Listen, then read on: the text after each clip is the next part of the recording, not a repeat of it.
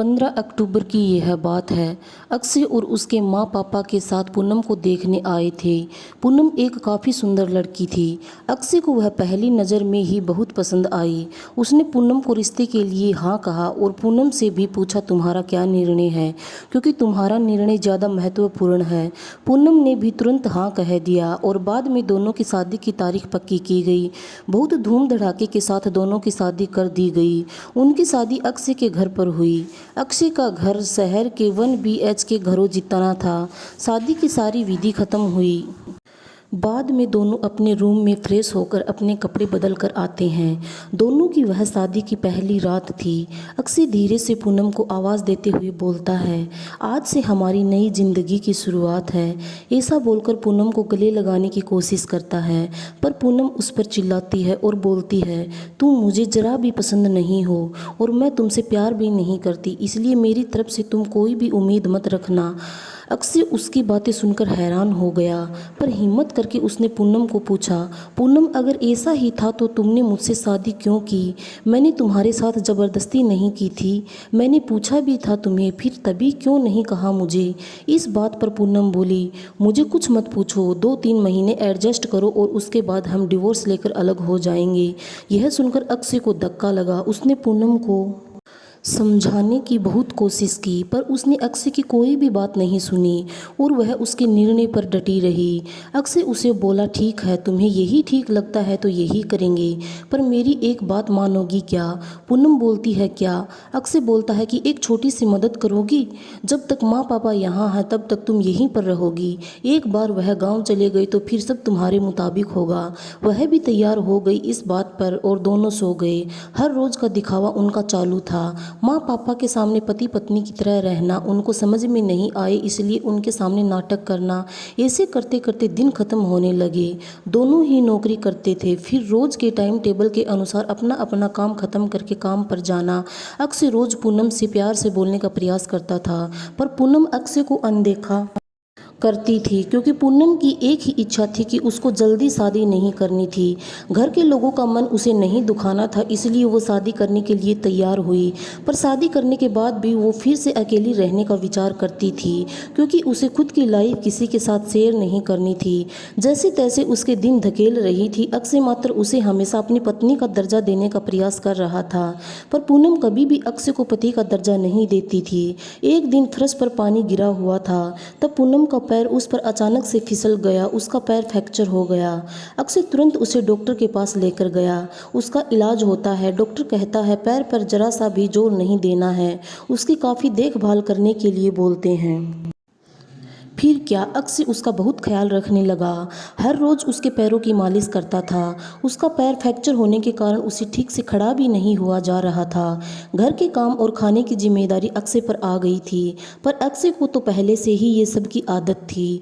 इस वजह से उसे कोई दिक्कत नहीं थी। अक्षय रोज़ खाना खुद ही बनाया करता था। उसके माँ पापा भी उसे थोड़ा घर काम में मदद करते थे। रोज़ काम पर जाने से पहले पूनम के लिए नाश्ता और खाना बनाकर खुद के हाथों से उसे नाश्ता खिलाता और फिर काम पर जाता था। टाइम पर उसे फ़ोन करके दवाई लेने के लिए याद दिलाता था। काम पर से आने के बाद सबसे पहले उसके पैरों की मालिश करता था। उसे थोड़ा चलने के लिए मदद करता था। कोई भी काम हो उसके लिए मन से करता था। फिर भी वह अक्षय को प्यार से नहीं बुलाती। उसका मन अक्षय को स्वीकारने के लिए तैयार ही नहीं था। एक दिन पूनम को देखने के लिए उसकी सहेली आई। उनकी बातचीत चालू थी, तब अक्षय दोनों के लिए नाश्ता बनाकर लाया। फिर वो पूनम से बोला, मैं ज़रा मार्केट से हो आता हूँ, थोड़ा सामान लाना है, तुम दोनों को कुछ चाहिए तो बता दो। पूनम बोलती है, नहीं अभी कुछ नहीं चाहिए, तुम जाकर आओ।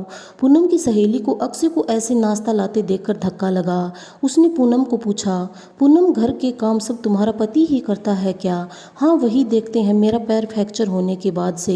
पूनम की सहेली पूनम को बोलती है कि तुम बहुत खुश नसीब हो जो तुम्हें इतना प्यार करने वाला पति मिला। पूनम के चेहरे पर मात्र प्रश्न चिन्ह था। तभी पूनम बोली, इसमें इतना खुश नसीब होने जैसा क्या है? उसकी सहेली बोली, अरे मेरा पति मुझे पूछता तक नहीं कि कैसी हो तुम, खाना खाया कि नहीं, और मेरे पति ने आज तक कभी मुझको चाय तक नहीं पिलाई। मुझे भी लगता था मेरे पति भी मेरा ख्याल रखें, ज़्यादा कुछ नहीं पर प्यार भरे शब्द ही बोले तो बहुत होता मेरे लिए, बहुत इच्छा होती है यार, पर इसकी बजाय मुझे हमेशा निराशा ही मिली। बहुत मन दुखता है मेरा। यह सब सुनकर पूनम विचार में डूब गई। उसके मन में अक्षय के प्रति प्यार जागने लगा। अक्षय का प्यार उसकी आंखों के सामने आने लगा। वह उस पर जान छिड़कता है, यह उसे समझने लगा। अभी धीरे धीरे पूनम को भी अक्षय से प्यार होने लगा था। वो उस पर विश्वास करने लगी थी। अक्षय के मन पर मात्र एक ही डर था कि माँ बाप गाँव गए तो हमारा डिवोर्स हो जाएगा, पूनम मुझे छोड़कर चली जाएगी और समाज में मेरी इज्जत कम हो जाएगी। तभी माँ पापा अक्षय को बोलते हैं कि अभी हमें गांव जाना चाहिए, थोड़े दिन रहकर खेती वगैरह करके आते हैं। अक्षय उनको जाने नहीं देना चाहता था और उनको डिवोर्स के बारे में भी बता नहीं सकता था। अक्षय सोच रहा होता है कि अभी पूनम को सब कैसे पूछे, कैसे बोलूँ उसके साथ। ऐसे सोचते सोचते ही सो जाता है। सुबह उठता है तो देखता है कि पूनम बहुत जल्दबाजी में थी। वह जॉब पर जाने के लिए निकलती है। तब जाते जाते पूनम बोली कि अक्सर टिफ़िन बनाकर रखा है, लेकर जाना, कपड़ों को इस्त्री करके रख दिया है और नाश्ता भी करके जाना, और हाँ आज घर पर जल्दी आना, यह बोलकर निकल गई। अक्सर मन में ही सोचने लगा कि जिसने आज तक एक गिलास पानी तक दिया नहीं, आज अचानक ऐसे उसने इतना सब कैसे किया। अक्सर का मन बहुत अशांत हो गया। वह भी सब काम करके ऑफिस के लिए निकल गया। उसके मन में बस इतना ही चालू था कि आज हमें डिवोर्स के बारे में बोलना है। शाम का वक्त होता है। पूनम के बताने के अनुसार अक्षय जल्दी घर आता है। पूनम ने खाना बनाकर सब काम निपटा कर रखा था। घर पर आते ही उसे चाय देती है। यह सब अक्षय के लिए नई बात थी। चाय पीते पीते अक्षय धीरे से पूनम को पूछता है, पूनम तुम ठीक तो हो ना? तुमने निर्णय तो लिया ही होगा ना, मुझे छोड़कर जाने वाली हो, इसलिए सब कर रही हो ना? इस पर पूनम बोलती है, मैंने अपना फैसला ले लिया है और मैं कहीं पर भी नहीं जा रही हूँ। मेरी पूरी ज़िंदगी मैं तुम्हारे साथ जीना चाहती हूँ। और जाकर अक्षय को गले लगा लेती है। वो बोलती है, मैं तुम्हें छोड़कर कहीं नहीं जाऊँगी, मैं तुमसे बहुत प्यार करने लगी हूँ और अभी यह हमारा रिश्ता कोई भी नहीं तोड़ सकता।